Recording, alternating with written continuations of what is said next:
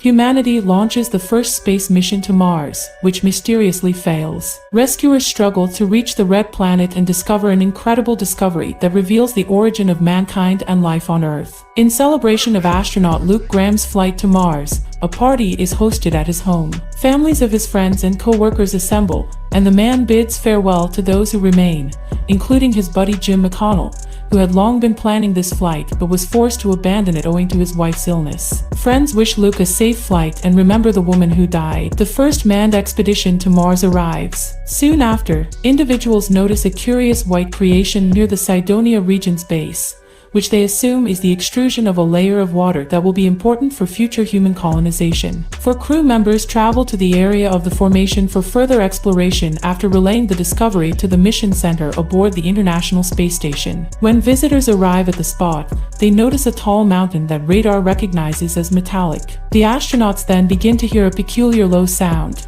which they mistake for interference from their Mars rover. The sand beneath their feet begins to move as they boost the strength of their equipment. At first, this isn't a big deal. The astronauts stay put, observing the peak above which a sand whirlwind is forming. However, it soon begins to behave like a sentient organism, presumably scrutinizing the visitors before attacking them, killing 3 astronauts in seconds and then firing a powerful electromagnetic pulse that destroys most of the ship's working equipment. After the whirlwind subsides, a massive human face sculpted out of thick material emerges from behind the sand layer. The space station receives an incoherent transmission from Luke, but they have no idea what happened or if Luke is still alive. The leadership recognizes that a rescue trip is required, but it is uncertain how this can be accomplished technically. Then, having created preparations for Mars evacuation, Jim provides a solution to the dilemma. The station commander agrees to consider it, but Jim's participation in the trip is opposed because he refused to submit to testing and abandoned the project. Woody Blake insists on including his friend in the crew since his refusal to fly on the first flight was justified.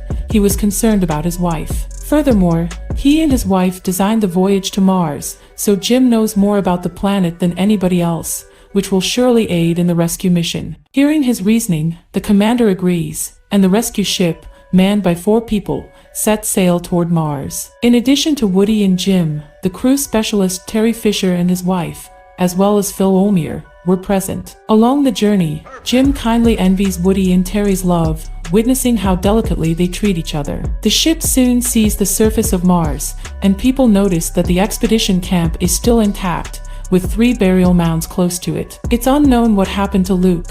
Perhaps there wasn't someone to bury him. Soon after, the planet is engulfed in a magnetic storm, and the astronauts can no longer see anything. The permission to land is granted by command. Woody rushes to tell Jim the news and finds him watching a family movie, which reveals that his wife was also an astronaut who dreamed of traveling to Mars with her husband. The ship is about to enter orbit around Mars when a swarm of micrometeorites comes in its path, puncturing the hull and wounding Phil's arm. Woody ventures into open space to identify and repair the hole as the station begins to lose air. The breach, however, is so small that it cannot be seen visually, so Terry squeezes out the juice, which floats to the hole and seeps through it, showing its position. However, the crew fails to discover another rupture in one of its main engine's fuel lines. When that engine ignites, the fuel that has been ejected into space bursts, destroying a portion of their ship. The crew has no alternative but to rapidly don their spacesuits and set out into outer space in the hopes of navigating through debris to a supply module left in orbit from their previous mission. They locate the module,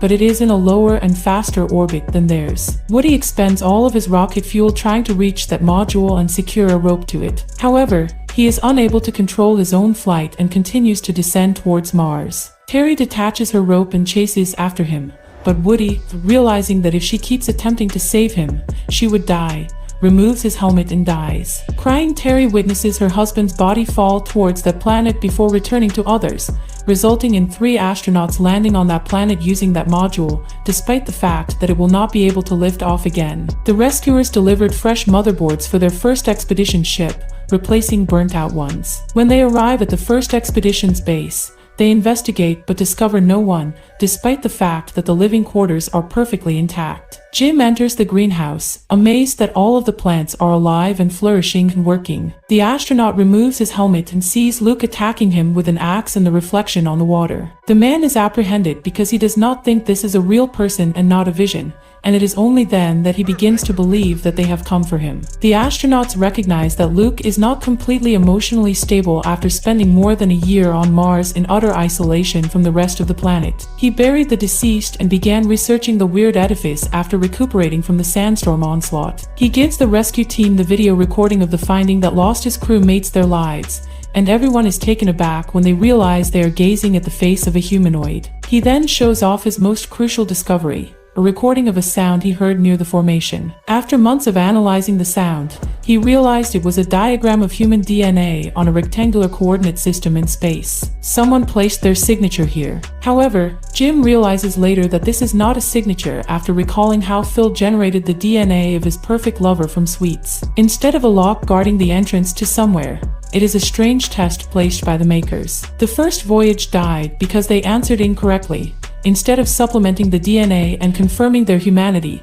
the astronauts pointed radar toward the face. The intruders were annihilated by the structure security mechanism, the sandstorm, because the answer was incorrect. The team heads to the object, but first, they send a robot and use it to broadcast a signal with the augmented DNA. A great light shines from an entrance that appears in the face, and everyone rushes there except Phil, who stays behind to fix the ship. Jim gives Phil the command to leave at a specific time even if they don't return. The astronauts then enter a white room, the door closes, and they lose touch with their ship. People remove their helmets as the room fills with Earth's atmosphere. Immediately behind them, another airlock opens, and astronauts enter a dark room where they witness a giant three-dimensional representation of their solar system. Then a silent hologram of a Martian appears, saying that in the distant past, a gigantic asteroid struck Mars, destroying their planet's biosphere, which was very similar to Earth's. The Martians had to flee to distant star systems, but they also dispatched a ship from Mars to neighboring Earth with seeds of future life. Nobody could explain how multicellular plants and animals appeared on that planet hundreds of millions of years later. Many years have elapsed since this panspermia. New forms arose from the transmitted DNA and evolved into humans. They were planned to return to Mars one day so that Sphinx could recognize them as the offspring of a great experiment. The hologram communicates to the Earthlings that they are of the same species. The Martian image vanishes, and a hatch opens in front of them,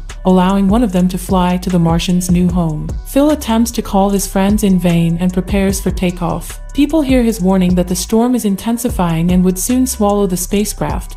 They realize they must act quickly, but Jim refuses to return to Earth when the option to sail to another galaxy emerges. Phil calls them again but gets no answer. He pauses before pressing the launch button. Jim boards a small lift that transports him to the Martian ship. Because of the sandstorm, the other two astronauts barely make it back to their ship. Phil postpones the takeoff in defiance of the directive. Jim steps on the circle that appears in front of him. He becomes aware that he is unable to move. Water is rising around him. He prepares for drowning and holds his breath. He then takes a breath and begins to breathe underwater. He smiles, realizing this new way of life. Images from his previous existence flash before his eyes. He appears to bid goodbye to everyone yet again. Finally, the crew takes off and watches through the porthole. Jim is aboard a Martian ship that is speeding away toward a faraway galaxy. They wish him safe travels. This is a good, heartfelt science fiction film. It was filmed many years ago. It lacks a compelling plot but is entertaining to watch. It contains numerous scientific mistakes,